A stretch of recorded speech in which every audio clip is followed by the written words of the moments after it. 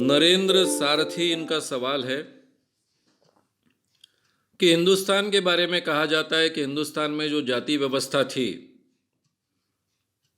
इस कारण गए 2000 सालों से दलितों पर बहुत अन्याय हुए हैं। लेकिन इसमें कहां तक सच्चाई है? क्योंकि हमारा देश करीबन 1000 साल तक गुलाम था और ऐसी अवस्था में अंग्रेजों ने या फिर मुस्लिम शासकों ने जो भी इतिहास लिखा, वो गलत भी लिखा जा सकता है। तो सच्चाई क्या होनी चाहिए?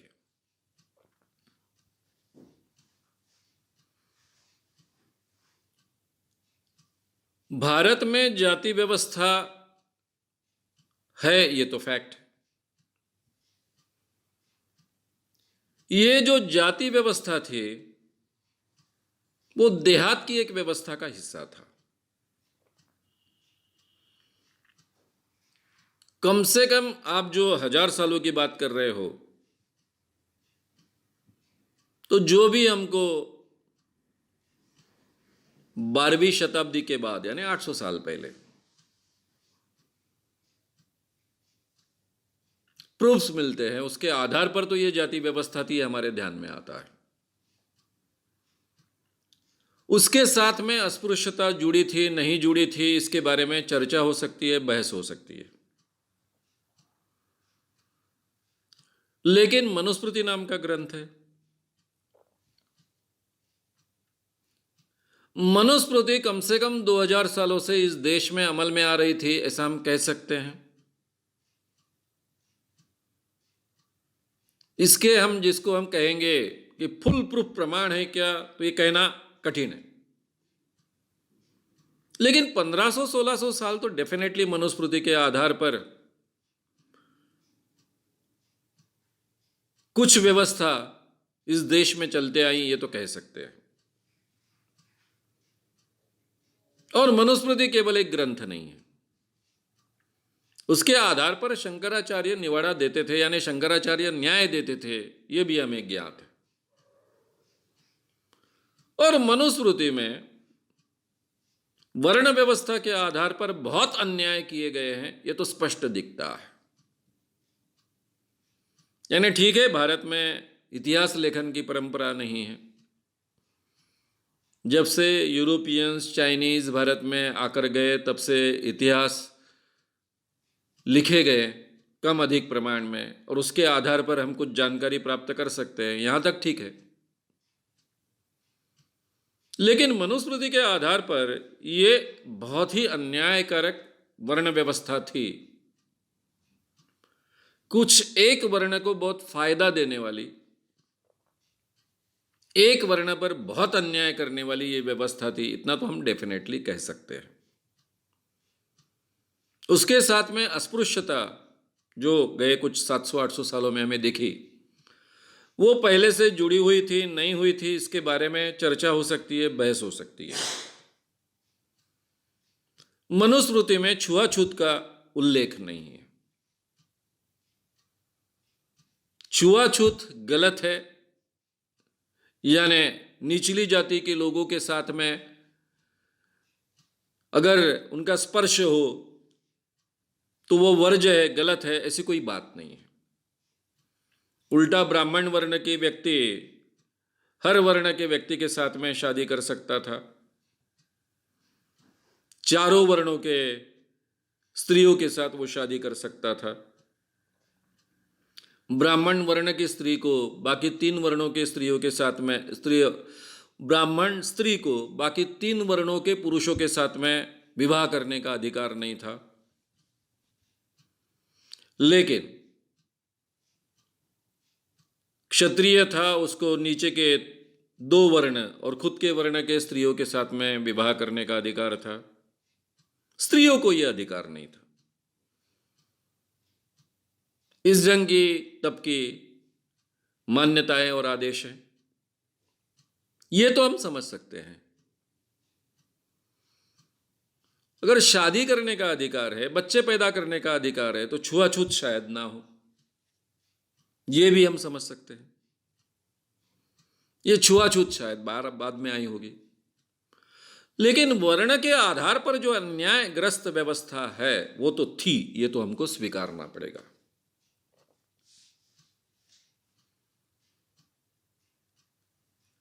अब ये जाति व्यवस्था के कारण नुकसान हुआ क्या?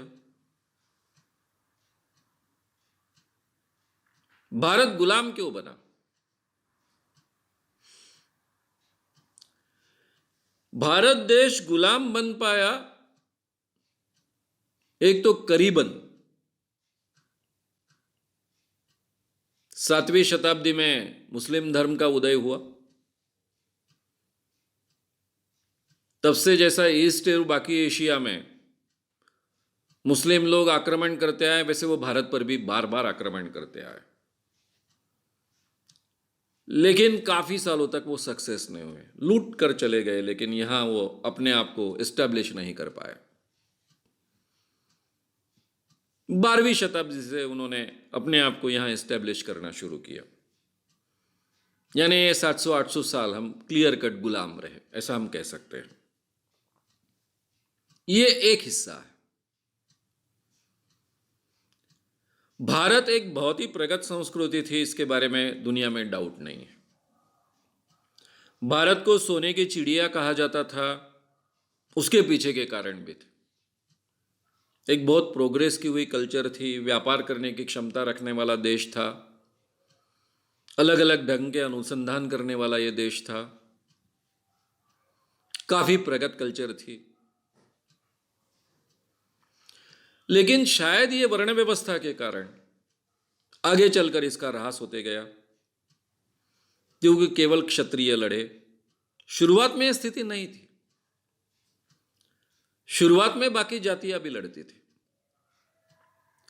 धीरे धीरे यह व्यवस्था इतनी पक्की होती गई कि क्षत्रियों के अलावा कोई लड़े ना। ब्राह्मणों को जो विशेष अधिकार दिए गए उसका वह उपयोग करेंगे, लेकिन खुद नहीं लड़ेंगे। वैश्यों ने केवल व्यापार करना है। और सबसे बड़ी जो संख्या है शूद्रों की, जिनकी संख्या हमेशा 40% से ज्यादा रही है, ना उनको लड़ने का अधिकार है, ना शस्त्र साथ में रखने का अधिकार है। अब कल्पना कीजिए कि 100% लोगों में से ब्राह्मण नहीं लड़ेंगे, वैश्य नहीं लड़ेंगे, केवल 20% क्षत्रिय लड़ेंगे, उसमें भी 10% स्त्रियां हैं, वो भी नहीं लड़ेगी। और ये 10% जो क्षत्रिय है वो बार बार मरेंगे, तो उनकी संख्या तो कम होते जाएगी। तो जिस जमाने में मैन टू मैन कॉम्बैट होते थे, एक व्यक्ति दूसरे व्यक्ति के साथ में लड़ता था, युद्ध में भी तलवार से लड़ता था, तीर कामठे से लड़ता था, वहां तो संख्या बल महत्व का था।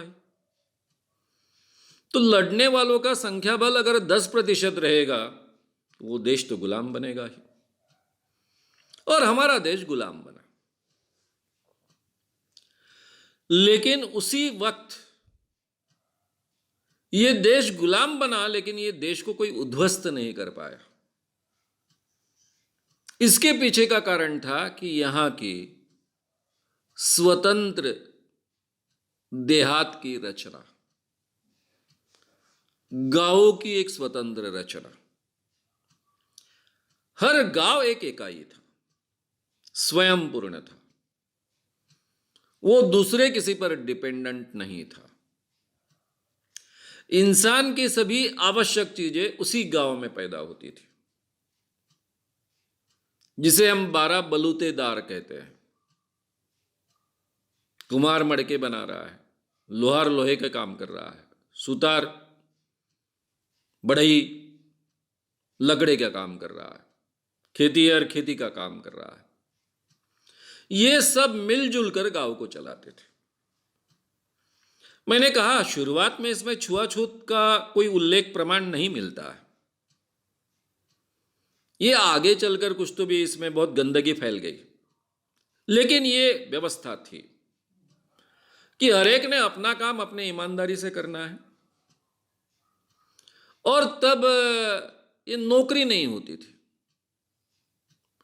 पूरे गांव का एक दूसरे के साथ में इतना पक्का रिलेशन होता था कि खेतीहर जो खेती में उगाएगा वो अकेले के उसके मालकियत का नहीं होगा। गांव का जो बढ़ई वो भी उसका हिस्सेदार है, गांव का जो लोहार है वो भी उसका हिस्सेदार है, गांव का जो कुम्हार है वो भी उसका हिस्सेदार है। वो जब मटके किसान को देगा तो उसके दाम नहीं लेता था।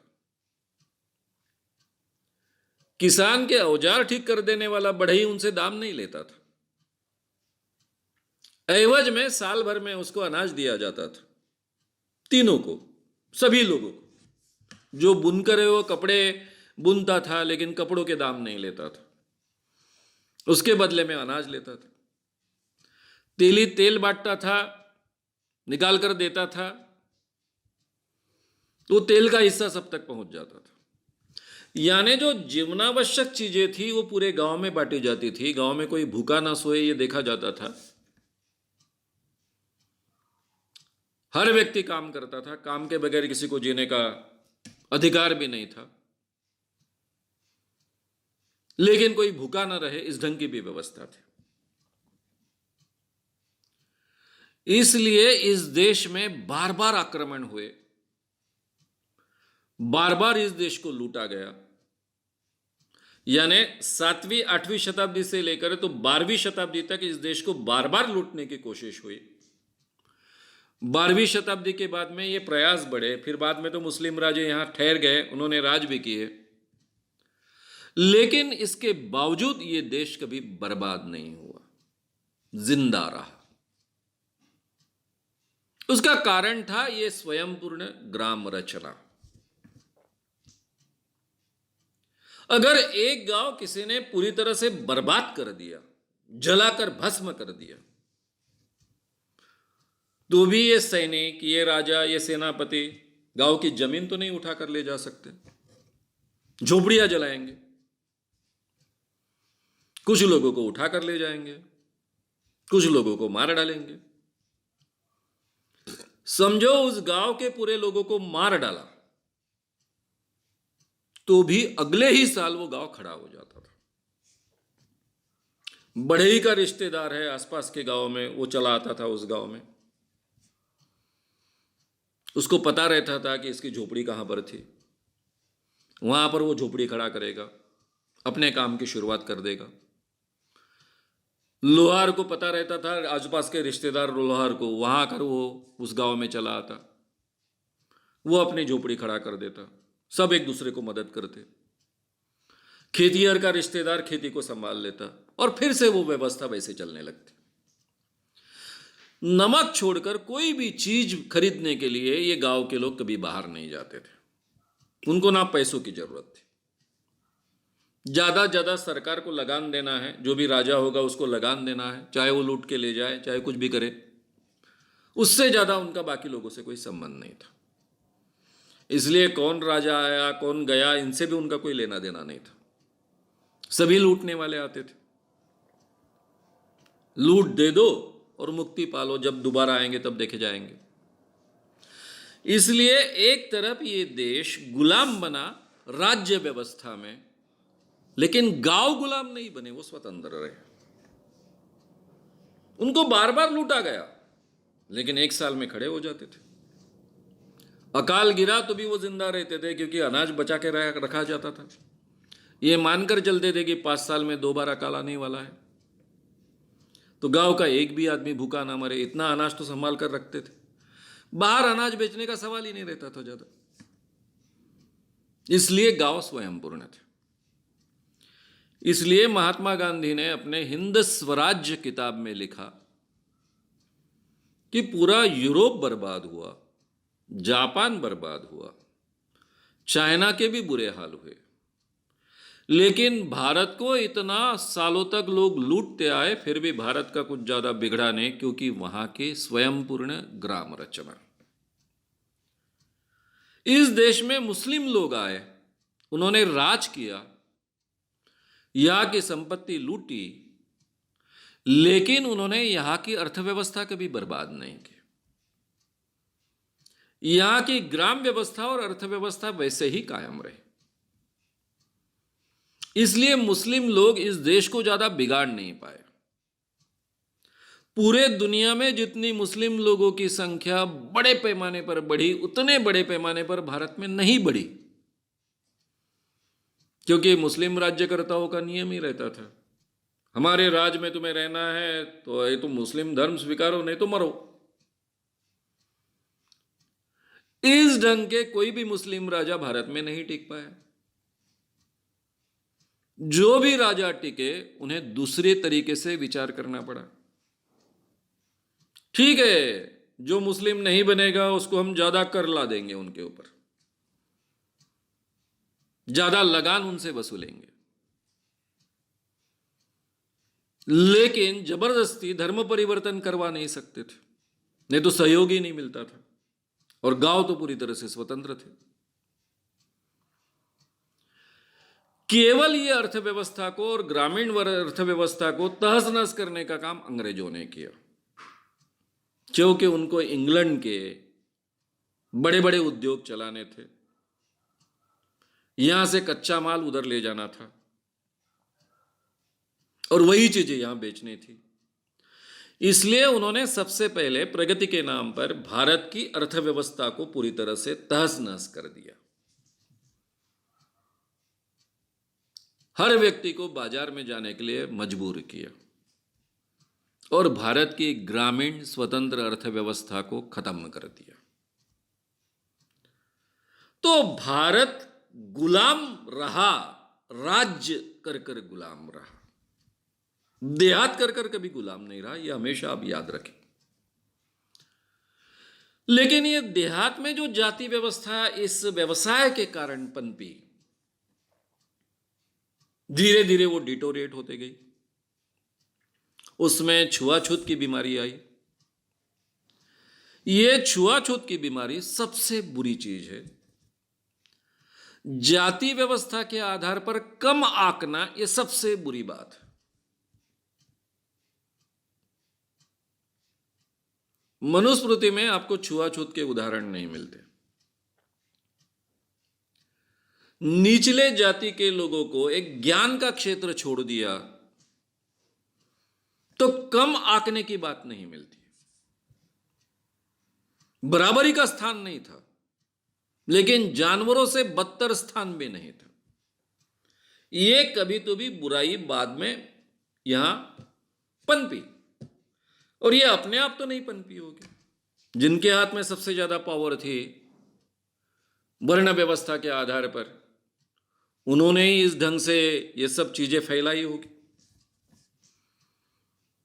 उसी के आधार पर यह अस्पृश्यता बढ़ी होगी, निर्माण हुई होगी। तो भारत एक विचित्र ऐसा देश है जो इतने सालों तक अच्छे ढंग से जिंदा रहा। आपने कहा 800 साल पूरी तरह से गुलाम, 700 साल तक उस पर चढ़ाइयां होती रही, उसका शोषण होता रहा, उसको लूटा गया। अंग्रेजों के 150 साल छोड़कर बाकी उसका कुछ बिगड़ा नहीं, क्योंकि ये स्वयं पूर्ण ग्राम थे। लेकिन वहां जाति व्यवस्था भी थी। जाति व्यवस्था के साथ में आने वाले शुरुआत में तो अन्याय कम थे, इसमें भाईचारा का हिस्सा ज्यादा था, लेकिन ये अस्पृश्यता की बात आने के बाद में ये अन्याय बहुत बढ़ गए। ये तो 100% सच बात है। तो ये अन्याय का जो दायरा है जो हम 2000 सालों का करते हैं वो शायद सच नहीं है। ये आपका कहना बिल्कुल सच है। ये शायद 500-600 सालों का होगा, कम समय का होगा, क्योंकि ये अस्पृश्यता के उल्लेख आपको तो मिलते हैं, 500-600 सालों से मिलते हैं, तो तब से होगा। लेकिन ये जाति व्यवस्था के कारण या फिर वर्ण व्यवस्था के कारण जन्म ही आपका पूरा जीवन तय करता है। ये मान्यता के कारण कुछ लोगों पर अन्याय हुए, ये तो फैक्ट है ही, ये हमने स्वीकारनी चाहिए, उसको सुधारना चाहिए। लेकिन हमारी ग्रामीण अर्थव्यवस्था एक स्वयंपूर्ण अर्थव्यवस्था थी, इसीलिए भारत इतने सालों तक इतने आक्रमणों के बाद जिंदा रहा। ये दूसरी फैक्ट भी हमने समझ अगर लेनी आपको ये चाहिए। वीडियो पसंद आया हो तो उसे ज़रूर लाइक करें, लोगों में ये अवेयरनेस फैलाने में हमारी मदद करें। वीडियो को ज़रूर शेयर भी करें। तो हमारे यूट्यूब चैनल शाम मानो को विज़िट करें। ऐसे सारे वीडियोस का आनंद लेने के लिए हमारे चैनल को सब्सक्राइब करें। उसके लिए सब्सक्राइब बटन दबाएं। नए वीडियोस का नोटिफिकेशन पाने के लिए बेल आइकन दबाएं।